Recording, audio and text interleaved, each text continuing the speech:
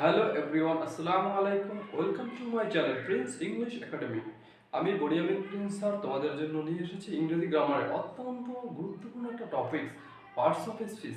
তোমরা যারা আমার ভিডিওটা দেখছো অবশ্যই তোমাদেরকে বলতেছি আমার ভিডিওটা স্কিপ না করে সম্পূর্ণ ভিডিওটা দেখবা।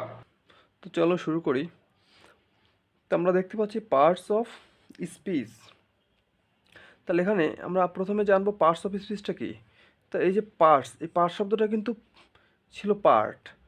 পার্ট অর্থ কি? অংশ। আর পার্ট শব্দটা প্লুরাল করেছে, অর্থাৎ এর অর্থ হলো অংশসমূহ, অফ অর্থ এর, আর স্পিচ অর্থ কথা বা বাক্য। তা কথা বা বাক্য কি? আমরা দৈনন্দিন জীবনে যা কিছু বলি তাহাই কথা। ওইটা যখন লিখিত আকারে প্রকাশ করি সেটা হয়ে যায় বাক্য। তাহলে পার্টস অফ স্পিচ মানে বাক্যের অংশসমূহ।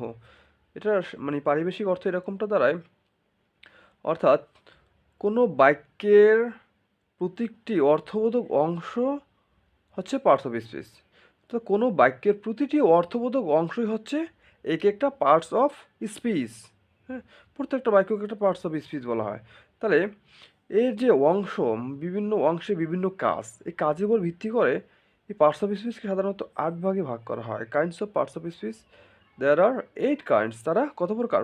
8 প্রকার। তাহলে প্রথম প্রকার নাম কি? নাউন। তাহলে নাউন অর্থ এখানে দেওয়া আছে কি দেখো, বিশেষ্য। তা বিশেষ্যটা কি? অর্থাৎ নাম। নামটা আমরা নাউন বলতে আমরা কোনো নামকে বুঝি। সেই নামটা হতে পারে কোনো মানুষের নাম, কোনো স্থানের নাম, কোনো পশুর নাম, কোনো পদার্থের নাম, কোনো গুণের নাম, যে কোনো নাম, সবগুলোই নাউন। তারপর কি? প্রোনাউন। এখানে দেখো প্রো শব্দের অর্থ পরিবর্তে, আর নাউন অর্থ নাম, অর্থাৎ নামের পরিবর্তে, কিন্তু এটা মানে শাব্দিকভাবে বলা হয় সর্বনাম। তাই তাহলে এটা মানে যদি আমরা সিলেবাল ভাগ করে বলি, প্রো অর্থ পরিবর্তে, নাউন অর্থ নাম, মানে নামের পরিবর্তে, নামের পরিবর্তে যে শব্দটা আমরা ব্যবহার করি সেটা হচ্ছে গিয়া প্রোনাউন। তাহলে তারপর দেখি অ্যাডজেক্টিভ। অ্যাডজেক্টিভ কি? অর্থাৎ নাউন বা প্রোনাউনের দোষ, গুণ, অবস্থা, সংখ্যা, পরিমাণ ইত্যাদি যে শব্দ দ্বারা প্রকাশ করা হয় সেটি হচ্ছে গিয়া অ্যাডজেক্টিভ। তারপর ভার্বটা কি? ভার্ব অর্থ হচ্ছে ক্রিয়া বা কাজ। আমরা দৈনন্দিন জীবনে যা কিছু করি, খাই, যাই, এই যে এখন আমরা ক্লাস নিচ্ছি, লিখতেছি, তোমরা শুনতেছো, এ সবই হচ্ছে ক্রিয়া বা ভার্ব। তারপর অ্যাডভার্বটা কি? অর্থাৎ ক্রিয়া। অ্যাডভার্ব মানে ক্রিয়া বিশেষণ বা ভাব বিশেষণ। অর্থাৎ আমরা যে ভাবটা প্রকাশ করি বাক্যে, হ্যাঁ, ওইটাকে বিশ্লেষণ করা, অর্থাৎ বা নির্দেশ করে। একটা সেন্টেন্সে নাউন বা প্রোনাউন বাদে যা কিছু আছে, সে অ্যাডজেক্টিভ হোক, হ্যাঁ, ভার্ব হোক, হ্যাঁ, বা প্রিপোজিশন, কনজাংশন, ইন্টারজেকশন, কখনো কখনো অ্যাডভার্ব নিজেকে বা আবার পুরো সেন্টেন্সকে মাঝে মাঝেই কী করে? অ্যাডভার্ব নির্দেশ করে, বিশ্লেষণ করে। তো যে শব্দগুলো এই কি এগুলোকে বিশ্লেষণ করে বা নির্দেশ করে সেগুলো হচ্ছে অ্যাডভার্ব। প্রিপোজিশন। প্রি অর্থ পূর্বে, পজিশন মানে অবস্থা, মানে পূর্বের অবস্থা। কিসের পূর্বের অবস্থা? নাউন বা প্রোনাউনের পূর্বের অবস্থা। অর্থাৎ ইহার নাউন বা প্রোনাউনের পূর্বে বসে, ইহার অবস্থা বর্ণনা করে এবং বাক্যের সাথে সম্পর্ক তৈরি করে। তাহলে প্রিপোজিশনের কাজ কি? নাউন বা প্রোনাউনের পূর্বে বসে নাউন বা প্রোনাউনের অবস্থা বর্ণনা করবে এবং বাক্যের সাথে একটা সম্পর্ক তৈরি করবে। তারপর দেখো তোমরা কনজাংশন। কনজাংশন অর্থ সমুচ্চয় অব্যয় বাংলায় বলা হয়। তাহলে এই সমুচ্চয় অব্যয় বা কনজাংশনটা কি? অর্থাৎ ইহা বাক্যকে সংযোজন করে, কখনো বিয়োজন করে, কখনো সংকোচন করে। অর্থাৎ যে শব্দগুলো বাক্যকে সংযোজন, বিয়োজন বা সংকোচন করে, যে শব্দগুলো এসে বা নতুন শব্দ, নতুন একটা বাক্য গঠন করে, সেগুলোকে বলা হয় কনজাংশন। তা ইন্টারজেকশনটা কি? আমরা দৈনন্দিন জীবনে আমাদের মনের ভাবটা বিভিন্নভাবে প্রকাশ করি। কখনো দুঃখের ভাবটা হয়, কখনো আনন্দের ভাব হয়, কখনো ঘৃণার ভাব হয়। অর্থাৎ এই যে মনের ভাবটা বা মনের ইচ্ছাটা, হ্যাঁ, যে শব্দের মাধ্যমে প্রকাশ করি, হ্যাঁ, যে আমরা বলি দুঃখ পেলে বলি ওহ, এই যে আমরা ওহ মাধ্যমে প্রকাশ করলাম। তো এই যে এরকম শব্দগুলো, মনের ভাবটা যে সকল শব্দের মধ্যে প্রকাশ করি সবগুলোকে বলা হয় ইন্টারজেকশন বা ভাববাচক অব্যয়। তো চলো আমরা একটা উদাহরণের মাধ্যমে বিষয়টা আরও ক্লিয়ার হয়ে যায়। For example,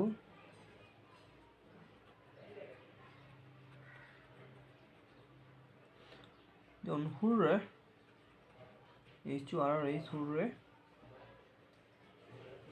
আদিপ, won the first prize, first prize, PRIZT prize,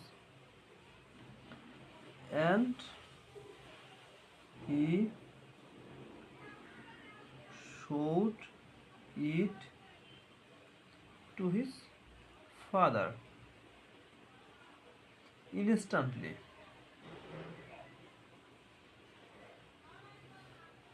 তাহলে এখানে দেখো প্রথমে যে নাম কই আছে, নাম, এই যে আদিব, আদিব একটা নাম, আর কই নাম আছে, প্রাইজ, প্রাইজ একটা নাম। তাহলে আমরা বলেছিলাম কি নাউনটা কি, কোনো নাম, আদিব একটা নাম, প্রাইজ একটা নাম, সে নামটা কি মানুষের হতে পারে, কোনো বস্তুর হতে পারে। সুতরাং এই যে আদিব এবং প্রাইজ, এই দুটো কি, এই দুটো হচ্ছে নাউন, ঠিক আছে। তারপর আমরা বলছিলাম প্রোনাউনটা কি, প্রোনাউন হচ্ছে কি নামের পরিবর্তে যে যে শব্দ বসে। তাহলে এখানে আমরা দেখতে পাই যে প্রোনাউন নামের পরিবর্তে কোনো শব্দ বসছে কিনা। হ্যাঁ, আমরা দেখতে পাই যে হি, হি কার পরিবর্তে বসছে, আদিবের পরিবর্তে। Hooray Adib won the first prize and he showed it to his father. তাহলে আদিব কি করেছে, প্রথম স্থান অধিকার করেছে এবং সে সেটা তার বাবাকে দেখাইছে। হ্যাঁ, তাহলে এখানে সে বলতে এই যে হি, সে কে, সে আদিব, সুতরাং এই নামের পরিবর্তে বসছে আদিব একটা প্রোনাউন। আর দেখো তো প্রাইজের পরিবর্তে কোনো শব্দটা বসছে কিনা, এই দেখো বসছে প্রাইজ। সে কি করছে, প্রথম স্থান অধিকার করেছে, প্রাইজটা অর্জন করছে এবং সেটাকে ইট, মানে ওই সেটা, সেটা বলতে কাকে নির্দেশ করছে, prize, it, it to his, showed it to his father. সে ইহা, ইহা খা, ইহা বলতে কোনটা, এই প্রাইজ তার বাবাকে দেখাইছে। তাই প্রাইজ একটা নাউন, এই নামের পরিবর্তে বসছে কি ইট, ইট একটা প্রোনাউন।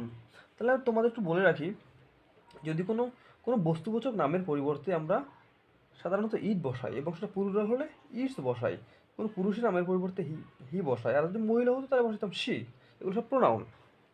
তারপর দেখি অ্যাডজেক্টিভ, আমরা বলেছিলাম কোনো দোষ গুণ অবস্থার সংখ্যা, এরকম অবস্থার সংখ্যা আছে কিনা বাক্যে। Hooray Adib won the first prize, সে কততম স্থান অধিকার করেছে, প্রথম স্থান। হ্যাঁ, এটা তার অবস্থা, হ্যাঁ অবস্থান, সে প্রথম স্থান অধিকার করেছে। সুতরাং এই যে আমরা বলেছিলাম বাক্যে অবস্থান বর্ণনা করলে, দোষ বুঝালে, গুণ, ভালো মন্দ বা অবস্থান, এখানে ফার্স্ট একটা অ্যাডজেক্টিভ। তারপর বল কি ভার্ব, আমরা বলেছিলাম কি ভার্ব মানে ক্রিয়া, বলেছিলাম কাজ। তাহলে এখানে কোনো কাজ আছে কিনা দেখি তো। ওন, অর্জন করা, হ্যাঁ ওন, সে বিজয়ী হওয়া। আর একটা ভার্ব আছে কি দেখো, শো, দেখানো। তাহলে এইটা কি, দেখানো একটা কাজ, শো ওন, বিজয়ী হওয়া এটা একটা কাজ। সুতরাং এই যে এখানে এটা একটা ভার্ব, ওন একটা ভার্ব। তারপর কি অ্যাডভার্ব, এই যে দেখো অ্যাডভার্ব, ইনস্ট্যান্টলি, সে তাৎক্ষণিকভাবে দেখিয়েছে। আমরা অ্যাডভার্বকে কী বলছিলাম, অর্থাৎ সে বাক্যে নাউন বা প্রোনাউন বাদে অন্য যে কোনো নির্দেশ, যে কোনো শব্দটাকে, কখনো কখনো নিজেকেও বা পুরো বাক্যকেও কী করে নির্দেশ করে। হ্যাঁ, তাহলে এখানে ইনস্ট্যান্টলি কী নির্দেশ করছে কিনা দেখো, সে তাৎক্ষণিকভাবে দেখিয়েছে। তাহলে কি তাৎক্ষণিকভাবে কী করছে, তাৎক্ষণিকভাবে দেখিয়েছে। দেখো এই ভাবটাকে নির্দেশ করছে এবং কাকে দেখাইছে, ফাদার, তার বাবাকে। দেখো এই দুইটা, এই শব্দটা কি ভাবকে নির্দেশ করছে এবং হিজ ফাদার নাউনটাকে নির্দেশ করছে। সুতরাং এই যে নির্দেশবাচক শব্দ, এটা হচ্ছে গিয়া অ্যাডভার্ব।